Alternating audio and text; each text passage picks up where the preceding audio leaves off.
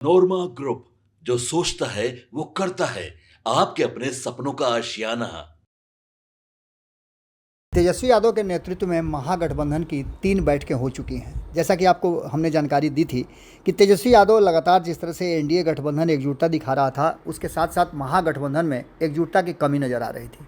इतना ही नहीं, इसके साथ साथ ये भी नज़र आ रहा था कि महागठबंधन के अलग अलग घटक दल अपनी अपनी रणनीति पर काम कर रहे थे और बयानों में तल्खियाँ भी आ रही थी, जिससे ऐसा लग रहा था कि महागठबंधन में सब कुछ ठीक ठाक नहीं है। इसको लेकर के तेजस्वी यादव दिल्ली पहुँचे और दिल्ली में उन्होंने कांग्रेस के जो राष्ट्रीय अध्यक्ष हैं मल्लिकार्जुन खड़गे और युवराज राहुल गांधी से मुलाकात की और मुलाकात के बाद ये तय किया गया, ये प्लान बनाया गया कि महागठबंधन की भी एकजुटता दिखाने के लिए बैठकें की जाएं और बैठ करके रणनीतियों पर काम किया जाए और आपस में समझौते किए जाएं। इन सभी बातों को लेकर के पटना में पहली बैठक बुलाई गई, जो आपको याद होगा कि राष्ट्रीय जनता दल के कार्यालय में बुलाई गई थी। इसमें महागठबंधन के सभी घटक दल मौजूद हुए और आपस में मंत्रणा करने के बाद ये तय किया गया कि एक कोऑर्डिनेशन कमेटी बनाई जाए, जिसको लेकर के तेजस्वी यादव को उसका अध्यक्ष बनाया जाए और इस पर सबकी सहमति भी हो गई। लेकिन सबसे बड़ी बात जो थी वो थी कि तेजस्वी यादव को मुख्यमंत्री का चेहरा मानना। कांग्रेस इसके लिए तैयार नहीं थी। हमने खबरों में आपको बताया भी है कि कांग्रेस कई रणनीतियों पर काम कर रही है। उसमें एक रणनीति ये भी है कि कांग्रेस नहीं चाहती है कि वो राष्ट्रीय जनता दल की पिछलग्गू बनकर चले और अपने हिसाब से वो अपनी रणनीति को बनाना चाहती है। इस रणनीति के साथ वो काम करना भी शुरू कर चुकी है।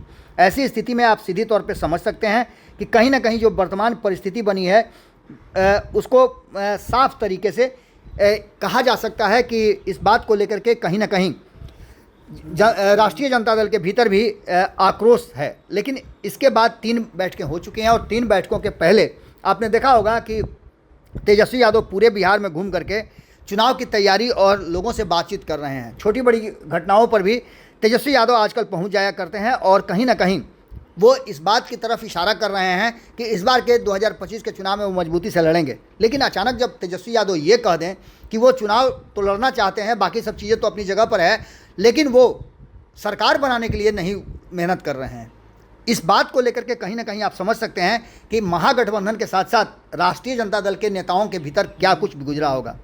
इस पूरी कहानी पर हमसे अब पर्दा उठाते हैं और बताते हैं आपको कि लगातार जिस तरह से हमने आपको बताया भी कि तेजस्वी यादव बिहार के अलग अलग कार्यक्रमों में अलग अलग क्षेत्रों में भ्रमण कर रहे हैं, वहाँ लोगों से मुलाकात कर रहे हैं और लोगों की समस्या भी पूछ रहे हैं। इसके साथ साथ अपनी रणनीति और योजनाओं से भी लोगों को परिचित करा रहे हैं। ऐसे में ही पूर्वी सिसवा पंचायत सिसवा कोडर स्थित बौद्ध विहार में सोमवार को बुद्ध पूर्णिमा महोत्सव के मुख्य अतिथि के रूप में संबोधित करते हुए नेता प्रतिपक्ष तेजस्वी यादव ने कहा कि बुद्ध की धरती हमारी पहचान है। देश के बड़े बड़े नेता बाहर जाते हैं या जरूर कहते हैं कि हम बुद्ध की धरती से आए हैं। उन्होंने कहा कि हमको सरकार नहीं बनानी है, बिहार का विकास करना है। पढ़ाई, बेरोजगारी, महंगाई, पलायन से हमारी मुख्य लड़ाई है। अब आप समझ सकते हैं कि जब तेजस्वी यादव इस तरह की बात कहते हो तो इसके पीछे की रणनीति आप अच्छी तरह से समझ रहे हैं। तेजस्वी यादव ने सीधे तौर पे कहा कि उन्होंने जो उन्हें मौका मिला है और बिहार की जनता ने उन्हें मौका दिया है, उस मौके का उन्होंने भरपूर उपयोग किया है जनता की सेवा के लिए। अपने कार्यकाल की उपलब्धियां गिनाते हुए तेजस्वी यादव ने कहा कि सभी को सकारात्मक राजनीति करनी चाहिए। बिहार सरकार पर तंज कसते हुए उन्होंने कहा कि एक ही फसल बार बार लगाने से उत्पादन घट जाता है। 15 साल में किसी भी गाड़ी का रजिस्ट्रेशन रद्द कर दिया जाता है और ये बिहार में देखने को मिल रहा है। हमारी सरकार बनी तो प्रत्येक घरों में 200 यूनिट बिजली फ्री दूंगा। वृद्धा पेंशन, विधवा पेंशन 400 से बढ़ा करके 1500 किया जाएगा। सभी तरह के प्रतियोगी परीक्षाओं में फॉर्म की फीस शून्य कर दी जाएगी और छात्रों को आने जाने का किराया भी नहीं मिल लगेगा। इन सारी बातों को लेकर के उन्होंने 100% बिहार में डोमिसाइल लागू करने की बात भी कही और 20 साल से वर्तमान सरकार गरीबों को चूस रही है, इस पर भी उन्होंने तंज कसा। आपस में लड़ाई झगड़ा बंद कर एकजुट रहें, तभी आपके सपने साकार हो सकते हैं। इस बात को कहते हुए तेजस्वी यादव ने एक दार्शनिक के रूप में, दार्शनिक की तरह अपनी बातों को रखते हुए बुद्ध की धरती से अपनी बातों को रखा। इससे पूर्व बुद्ध के अनुयायियों ने भारी संख्या में दूर दराज से आए लोगों को बुद्ध महिमा और पंचशील का वर्णन करते हुए उनके उपदेशों पर चलने का आह्वान किया। आपको बता दें, कार्यक्रम का शुभारंभ नेता प्रतिपक्ष तेजस्वी यादव वैशाली के पंते पीसी चंद्र भंते बुद्ध शरण द्वारा वंदना और बौद्ध विहार के स्थित भगवान बुद्ध की मूर्ति पर माल्यार्पण के साथ पंचशील द्वीप प्रज्वलित कर किया गया। इस दौरान आयोजन मंडल द्वारा बोध गया में मंदिर को गैर बौद्धिस्ट को हटाने के लिए भी सदन में प्राथमिकता से मुद्दा उठाने की मांग की।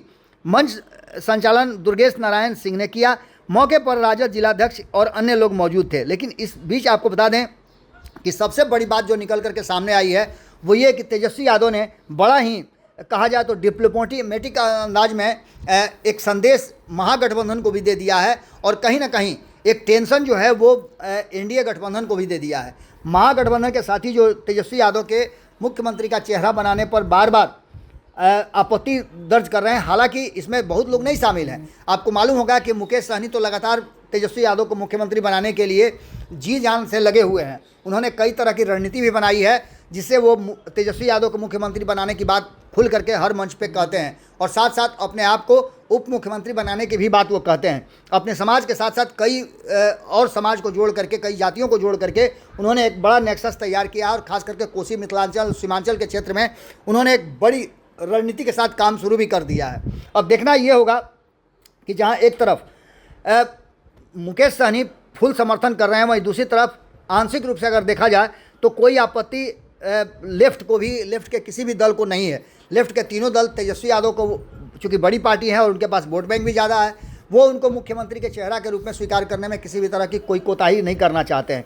वहीं आपको बता दें कि कांग्रेस अपनी अलग रणनीति पर काम कर रही है और कांग्रेस ने सवाल खड़े किए हैं कि चुनाव के बाद मुख्यमंत्री का चेहरा तय किया जाएगा। जो बड़ी पार्टी होगी और जिसके पास जनाधार ज़्यादा होगा वो मुख्यमंत्री की कुर्सी पर बैठेगा और चुने हुए विधायक उसका फैसला करेंगे महागठबंधन के।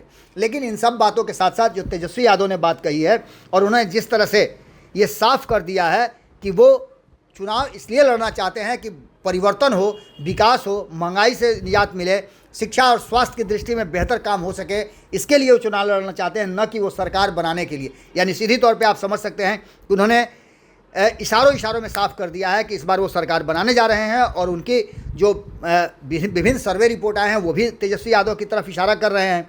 और ये सारी चीज़ें अगर बदलाव करनी है, अगर शिक्षा, स्वास्थ्य और अन्य चीज़ों पर, रोजगार पर, नौकरी पर अगर ध्यान देना है और इसके लिए फैसले लेने हैं तो निश्चित रूप से तेजस्वी यादव को मुख्यमंत्री की कुर्सी पर बैठना होगा। क्योंकि कल ही आपने देखा कि जब हमने बात किया कि 17 महीने की सरकार में तेजस्वी यादव ने नीतीश कुमार को सरकारी नौकरी देने के लिए मजबूर किया या फिर उनसे आग्रह किया, उन्हें तैयार किया, तो इस पर सीधे तौर पे जनता दल यूनाइटेड का कहना था कि मुख्यमंत्री ही ये फैसला लेता है। अब सीधी तौर पे आप समझ सकते हैं कि जो तेजस्वी यादव ने कहा है उसका सीधा इशारा है कि वो सीधे तौर पे अब सरकार बनाने की स्थिति में आना चाहते हैं और इसके लिए अपने महागठबंधन के साथियों को एकजुट होकर के आगे की रणनीति पर काम करने के लिए तैयार करना चाहते हैं। साफ साफ समझ लीजिए कि तेजस्वी यादव परिपक्व खिलाड़ी की तरह अब अपनी बातों को रख रहे हैं। इसका असर आने वाले चुनाव में कितना होगा ये देखना बड़ा ही दिलचस्प होगा। जुड़े रहिए भारत लाइव के साथ, खबरों का सिलसिला लगातार जारी है। बहुत बहुत धन्यवाद। आपके सपनों को हमने सजाया है, ई होम्स पैनोरामा को हमने बनाया है। ई होम्स मेरा एक सपना था जिसपे मैं पिछले 4 साल से काम कर रहा था। हमने जो बनाया है वो सबने है माना। ई होम्स पैनोरामा में हो आपका भी आशियाना। और फाइनली हमने 2021 में इस प्रोजेक्ट को लॉन्च किया। बहुत लोग अप्रिशिएट कर रहे हैं कि पूर्णिया जैसे शहर में, बिहार के, एक तो बिहार की बात करें उसमें भी पूर्णिया जैसे छोटे जगह में इस तरह का लाइफस्टाइल देना, ये सुन के हम लोगों को बहुत अच्छा लगता है। ई होम्स में हमने कुछ और भी किया है, जैसे हम जिस जगह में रह रहे हैं हमारे फैमिली सिक्योर हो, उनको सिक्योरिटी का ध्यान में रखा है। आपकी सुविधा और सुरक्षा आपके लिए खास है, ये आपका विश्वास है। इसमें आर्टिफिशियल इंटेलिजेंस का 7 लेयर सिक्योरिटी का हमने इस्तेमाल किया है। लस ग्रीन कैंपस को बनाया है। यदि हमारा बाउंड्री वाल है तो वो वर्टिकल गार्डन है।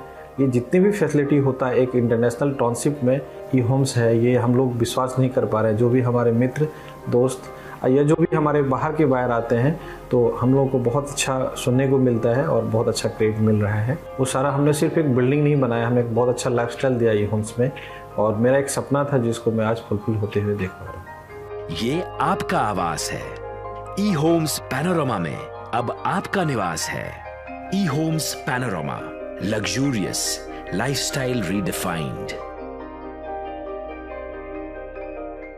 पनोरमा ग्रुप, जो सोचता है वो करता है।